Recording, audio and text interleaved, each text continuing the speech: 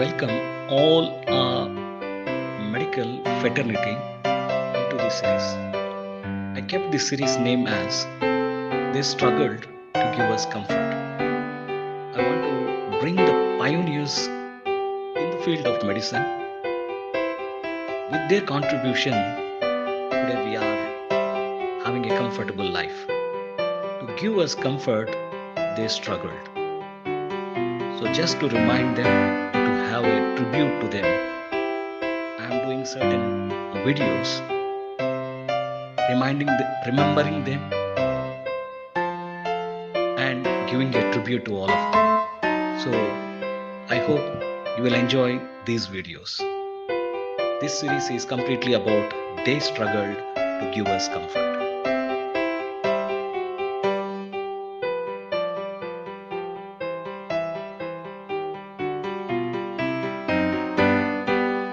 In this series of they struggled to give us comfort in the field of medicine, according to the author Dr. Louis Rose, today I want to speak about two persons who are very much important, especially in the field of radiology. Today, what we are having the radiology is very, very important. The radio diagnosis had reached to its peak. We can see the minute things which not only seeing or radiographing but also can be used for curing many diseases, especially for the cancers and all those things. Even today, the laser technology, everything depends on this radiology only. So, the father of radiology, I want to start with the person William Conrad Rontgen. William Conrad Rontgen, he is a pioneer, and without his contribution, I don't feel there is a medicine. There is a something which we can today. What we are having the comfortable things in the field of medicine will not be there. So I really thank such a pioneer, William Conrad Rontgen, who had contributed his life for us. Particularly, let's speak about William Conrad Rontgen. Who is he and what he did on this era? In order to remember all his contribution, let's speak about the early radiological history.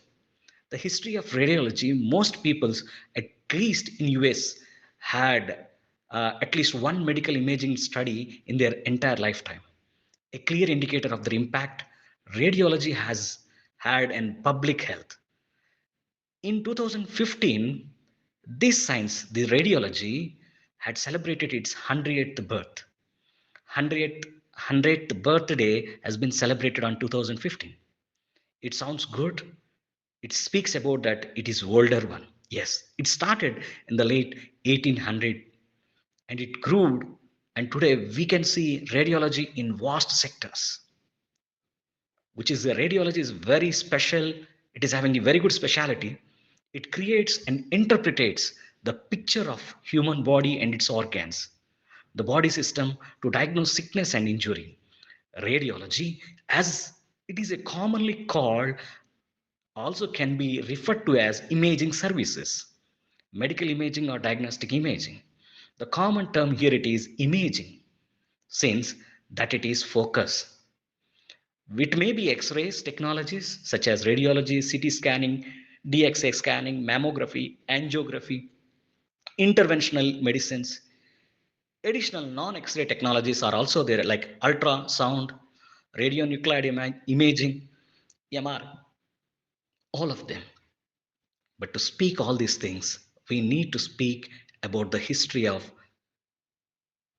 this radiology.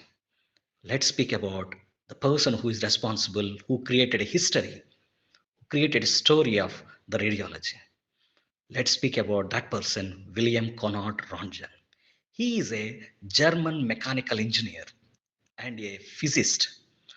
Rontgen discovered a new type of electromagnetic energy as he was experimenting in his laboratory. It was a discovery for which he would later win a Nobel Prize in Physics in 1905.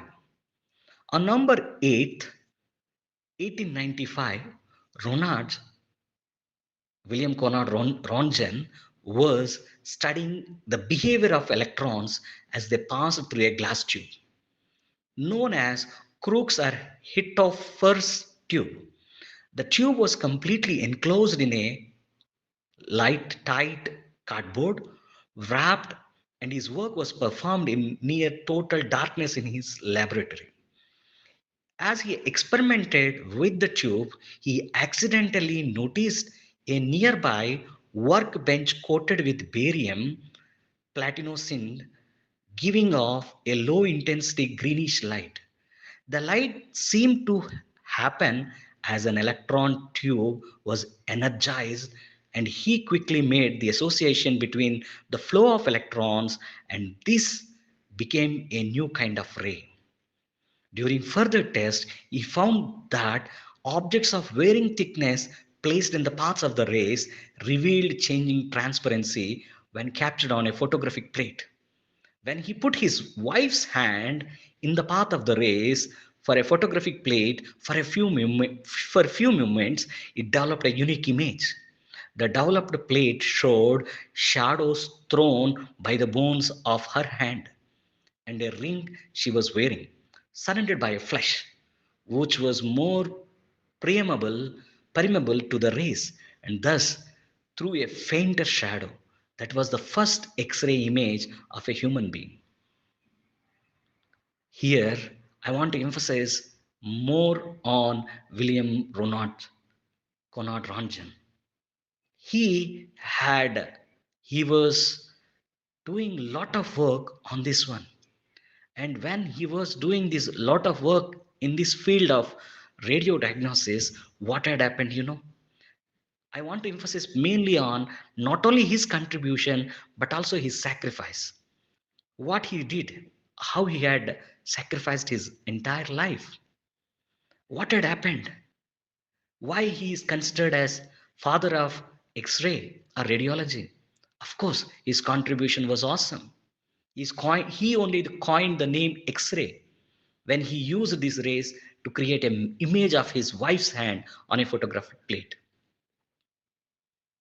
We know very well about what had happened, but if you don't, we will just recollect.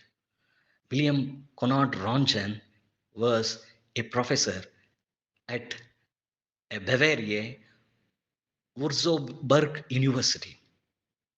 In that university, he was doing. But before that one, let's see about his past life and how he had succeeded in his life. Let's speak about what happened and how he became this much successful. His success, behind his success, there is another person who is there. His contribution was awesome. He lived for 77 years, and his life was a marvelous thing because he had contributed so much to the field of radiology. But in order to contribute that one, along with him, there is one more person who is responsible for this success. She is none other than the wife of Conrad Rontgen. Her name is Anna Berth Ludwig, and she was the first person who experienced the X-rays on her own body. Before that one, there was no X-rays. What to speak about this? Yes, Anna was such a person who was always an encouraging person to her husband. Anna was born in Switzerland on April 22, 1839, and she married Ranjan. So their marriage and everything, if you see, it's a wonderful story, because here Anna, she is a tall girl, a thin girl, and an attracting girl, and they run a small tea stall or a coffee shop. In that coffee shop, occasionally Ranjan used to come. Maybe in the first sight they have fallen in love. Afterwards, they were ready to get married, but Conrad Ranjan's father, Ranjan, he was not agreeing because she was 6 years elder than William Conrad Ranjan. Even though his father did not agree, they got married.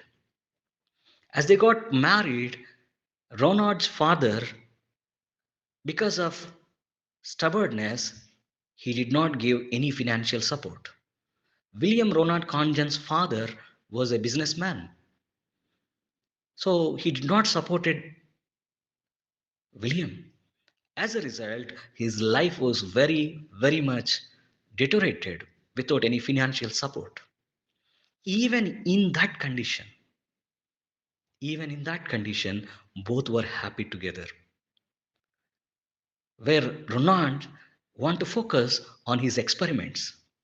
He used to give long hours for his experiments, both at the university, even in his own house. In his own house, he made it as a lab. And Anna was great affectionate to her husband and understood William needed space. So what she did, she used to give a lot of time for him to more concentrate on his experiments. Actually, as a girl, as a lady, she want to get conceived and she want children, but their wish was never came true. He used to have more time only on these experiments. In 1887, a tragedy happened in Anna's family. Her only brother died, leaving a small girl. Her name is called Josephine. She was just 6 years old. So both have decided, Anna and Ranjan decided to adopt this girl. As a result, her motherhoodness had been completed. Anna supported Ranjan in so much way. He started to grow. In 1894, he was elected as a new rector for the University of Würzburg. His teaching and research, as well as granting his first Nobel Prize in physics, was in 1901. Anna allowed her husband to work. She used to take care of family with whatever the meager economic things which are there. We know that he bagged in 1901 the Nobel Prize. As he received the Nobel Prize with that of the donated amount of 50,000 Swedish crowns, you know what he did, Ronson? He had given back that Swedish crown $50,000 to the laboratory. To the lab only he had donated.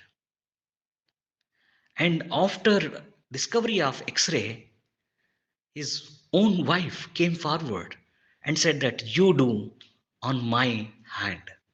Because that time there was no belief on today's modern medicine. They don't believe on those things.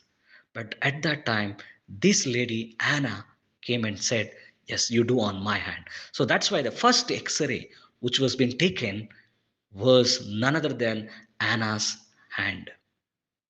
There we can see the ring also.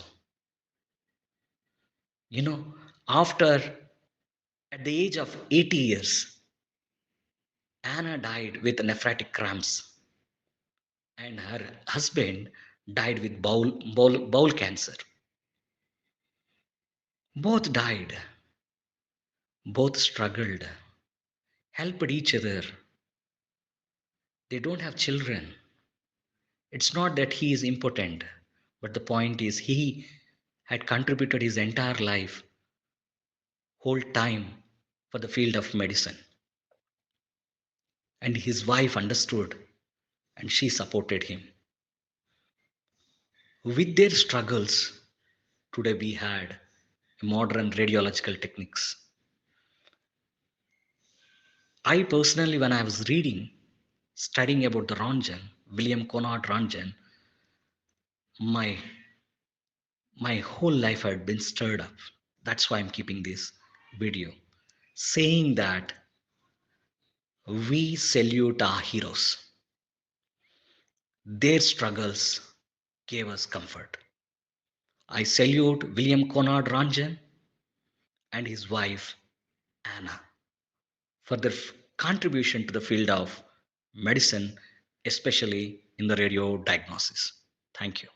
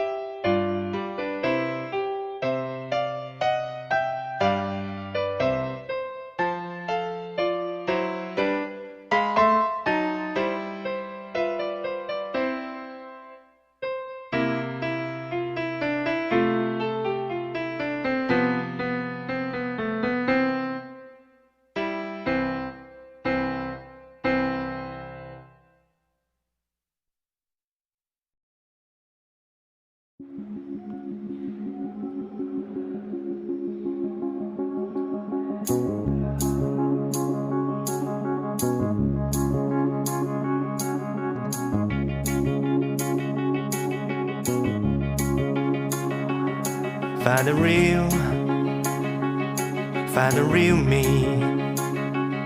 So let's go, seize the feeling. 'Cause you know, it's time for the meaning. Now we show we're coming to win it.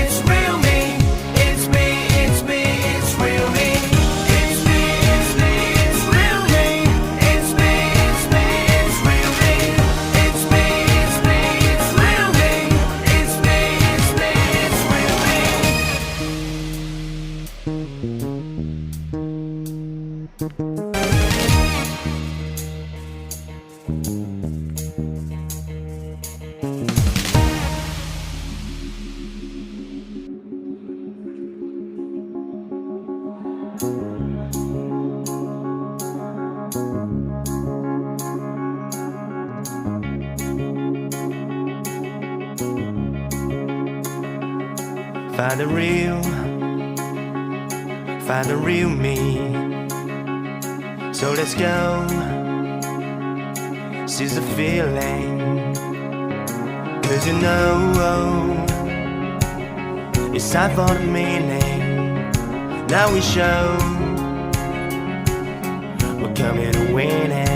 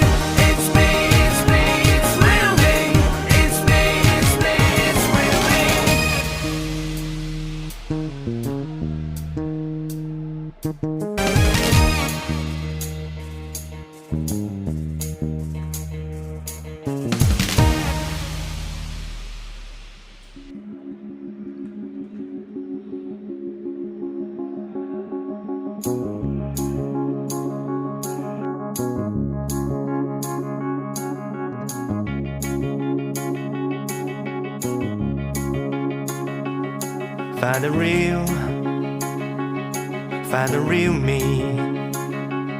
So let's go, seize the feeling. 'Cause you know, it's time for the meaning. Now we show we're coming to win it.